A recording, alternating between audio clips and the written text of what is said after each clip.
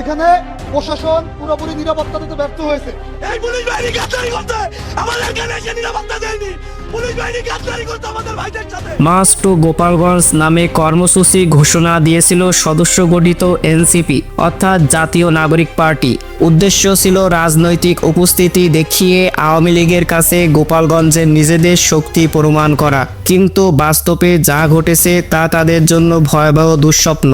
সেদিন জাতীয় নাগরিক পার্টির শীর্ষ নেতা নাহিদ, সার্জিস ও হাসনাত সহ কয়েকজন নেতা বিশাল গাড়িবহর নিয়ে গোপালগঞ্জের দিকে চলতে শুরু করে। তবে শহরের প্রবেশপথে পৌঁছানোর পরে তারা সাধারণ মানুষের প্রতিরোধের মুখে পড়েন।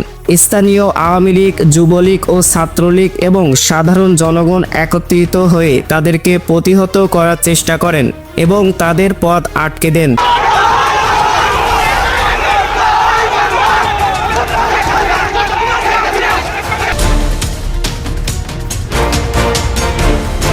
রাজাকার মুক্ত গোপালগঞ্জ চাই, ইউনুস দালাল মুক্ত গোপালগঞ্জ চাই, এমন স্লোগানে রাজপথ মুখরিত হতে থাকে। এনসিপির গাড়িকে লক্ষ্য করে জনগণ ধাওয়া শুরু করে।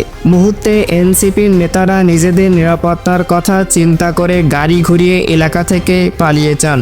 তবে দর্শক, কিছুক্ষণ পরে আবারও সেনাবাহিনীর সহায়তায় গোপালগঞ্জে ঢুকে পড়ে এনসিপির নেতাকর্মীরা।